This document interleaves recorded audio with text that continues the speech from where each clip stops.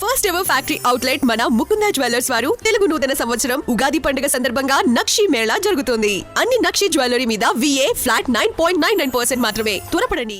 మాజీ మంత్రి రోజా తనను మించి మాట్లాడేవారు రాష్ట్ర రాజకీయాల్లో ఎవరూ లేరనుకుంటారు. ఏ స్థాయిలో ఉన్న వ్యక్తిపై అయినా తనదైన శైలిలో రాజకీయ విమర్శలు చేస్తారు.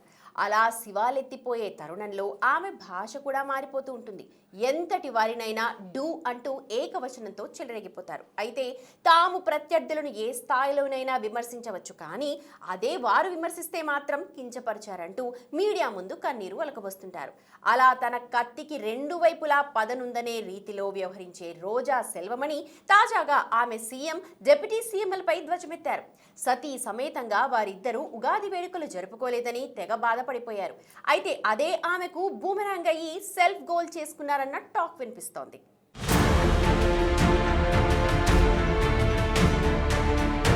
మాజీ మంత్రి రోజారెడ్డి అదేనండి నగరి మాజీ ఎమ్మెల్యే రోజా సెల్వమణి తనకు తానే పొలిటికల్ ఫైర్ బ్రాండ్ లా ఫీల్ అయిపోతూ నోటికొచ్చింది మాట్లాడేస్తుంటారు. టీడీపీలో రాజకీయ శిక్షణ పొందిన ఆ మాజీ హీరోయిన్ అప్పట్లో చంద్ర ప్రచండంగా స్వర్గీయ వైఎస్ఆర్ ను చీల్చి చెండాడే ప్రయత్నం చేశారు. టీడీపీలో ఉన్నప్పుడు 2004, 2009 ఎన్నికల్లో చంద్రగిరి, నగిరిల నుంచి ఎమ్మెల్యేగా పోటీ చేసినప్పటికీ ఆమెకు తన సినీ గ్లామర్ కానీ, తమిళ మాజీ డైరెక్టర్ అయిన భర్త సెల్వమణి ఇమేజ్ కానీ కలిసిరాక ఓటమి పాలయ్యారు. టీడీపీ కూడా అధికారంలో లేకపోవడంతో వైఎస్ సమక్షంలో కాంగ్రెస్ లో చేరారు. 2014 ఎన్నికల నాటికి వైసీపీ పంచకు చేరిపోయారు.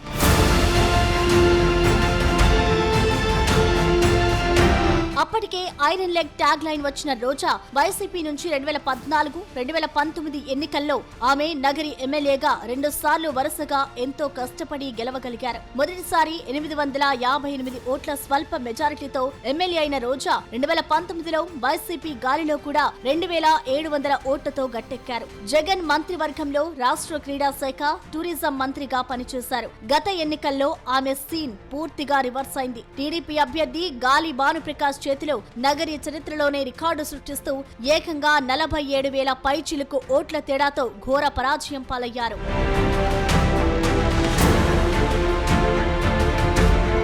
కింద పడ్డా తనదే పైచేయి అన్నట్లు వ్యవహరించే రోజా సెల్వమణి వైసీపీ హయాంలో మంత్రి కంటే ఆమె తన దూకుడు, తన విపరీత వ్యాఖ్యలతో ఎప్పటికప్పుడు వివాదాల్లో చిక్కుకుంటూ ఫోకస్ అయ్యారు. ప్రత్యర్థులను, రాజకీయాలకు దూరంగా ఉన్నవారి కుటుంబ సభ్యులను కూడా విమర్శిస్తూ వైసీపీ బూతు మంత్రుల లిస్టులోకి ఎక్కారు. ముఖ్యంగా చంద్రబాబు సతీమణి భువనేశ్వరి, పవన్ కుటుంబం, ఆయన వివాహాలపై తీవ్రమైన కామెంట్స్ చేశారు. పవన్, లోకేష్ లపై వ్యక్తిగతంగా ఆమె చేసిన విమర్శలకు లెక్కే లేదు. అంటే వీళ్ళు హిందువుల అనే అనుమానం ఈ రోజు చంద్రబాబు నాయుడు మీద, పవన్ కళ్యాణ్ మీద ఈ రాష్ట్ర ప్రజలందరికీ కూడా వస్తుంది.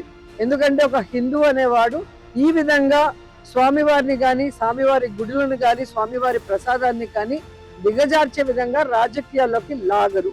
లేని వాటిని ఉన్నట్టుగా ఏ విధంగా లడ్డూలు అది కలిసింది ఇది కలిసింది అని చెప్పి ప్రజల్ని ఈరోజు భయభ్రాంతులు చేయటమే కాకుండా భక్తుల మనోభావాలను దెబ్బతీస్తారు.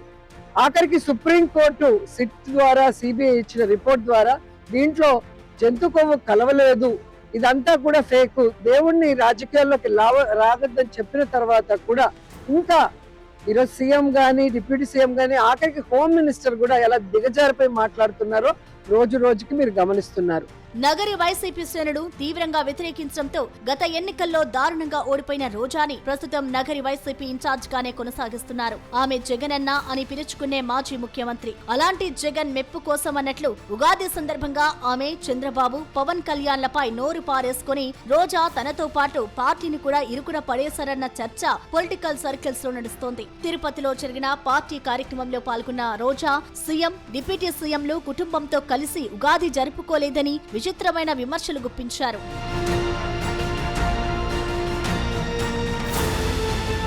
ఆమె నాయకుడు జగన్ మాత్రం భార్యతో కలిసి సాంప్రదాయబద్ధంగా ఉగాది జరుపుకున్నారట.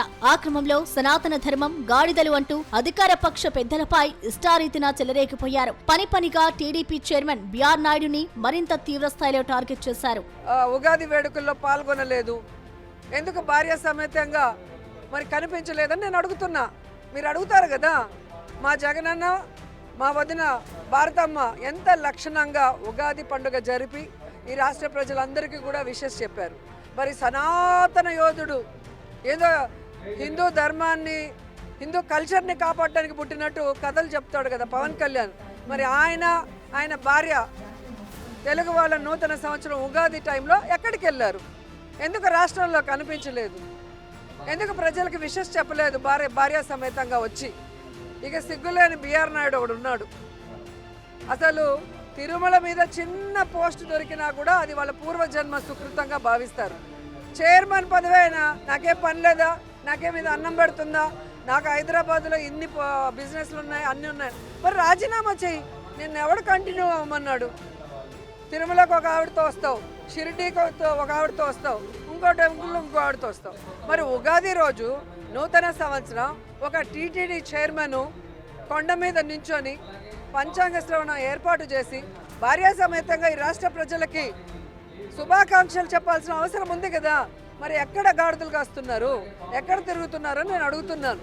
ఉగాది నాడు సీఎం ఉగాది పంచాంగ శ్రవణంతో పాటు అనేక ప్రభుత్వ కార్యక్రమాలలో బిజీగా గడిపారు. దివ్యాంగులకు ఉచిత బస్సు ప్రయాణం ప్రారంభించిన చంద్రబాబు నాయుడు పల్లె వెలుగు బస్సులో ప్రయాణించి వారి యోగక్షేమాలు కనుక్కున్నారు. సీఎం, డిప్యూటీ సీఎంతో పాటు సీఎం లోకేష్ లు పాల్గొన్నారు. అసౌకర్యంగా దివ్యాంగులు బహిరంగంగానే హర్షం వ్యక్తం చేస్తూ ప్రభుత్వాన్ని కొనియాడారు. అయితే అవేవీ కనిపించినట్లు రోజా సెల్వమని సీఎం, డిప్యూటీ సీఎంలు సత్య సమేతంగా ఉగాది వేడుకల్లో పాల్గొనలేదని, సనాతన ధర్మానికి, హిందూ సాంప్రదాయానికి తూట్లు పొడిచారని ఆగ్రహం వ్యక్తం చేసి నవ్వుల పాలయ్యారు.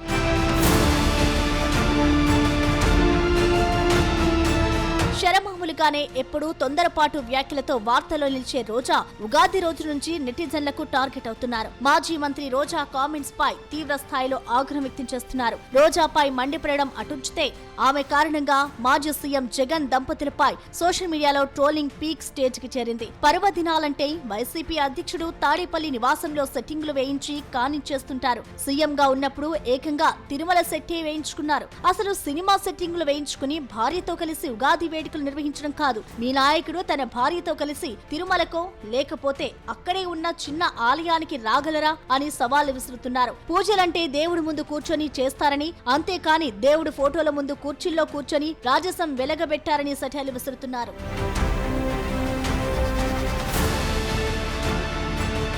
అదలా ఉంటే రోజా పవిత్రమైన పండుగ గురించి మాట్లాడుతూ పెంటలాంటి పదాలను కూడా వాడారు. దాంతో జగన్ ను ప్రత్యర్థుల ముందు మరింత బదరం చేయడానికే ఆమె అలాంటి పదజాలం వాడుతూ పార్టీని, జగన్ ను ఇరుకున పెడుతున్నారని వైసీపీ శ్రేణులే చిందులు తొక్కుతున్నారట. ఆమె వైఖరి తోడు నిద్రపోతున్న గాడిదను లేపి తన్నించుకున్నట్టు ఉందన్న అభిప్రాయం వ్యక్తమవుతోంది. కూటమి పార్టీల మొదటి నుంచి ఓ పద్ధతి ప్రకారం జగన్ అండ్ కోపై చేస్తున్న విమర్శలతో వైసీపీ డిఫెన్స్ లో పడిందనే చర్చ నడుస్తోంది. దీని నుంచి బయటపడడానికి జగన్ అండ్ టీం అష్ట కష్టాలు పడుతూ, ముఖ్యంగా టీటీడీని టార్గెట్ చేస్తూ ప్రభుత్వంపై బురద జల్లడానికి పడరాని పాట్లు పడుతున్నాయి. అయితే మధ్యలో రోజా లాంటి వారు వచ్చి ఈ విధంగా మాట్లాడుతూ ఇన్ని రోజులు పడిన కష్టాన్ని వృధా చేస్తున్నారని ఫ్యాన్ పార్టీ నేతలు తలలు పట్టుకుంటున్నారట.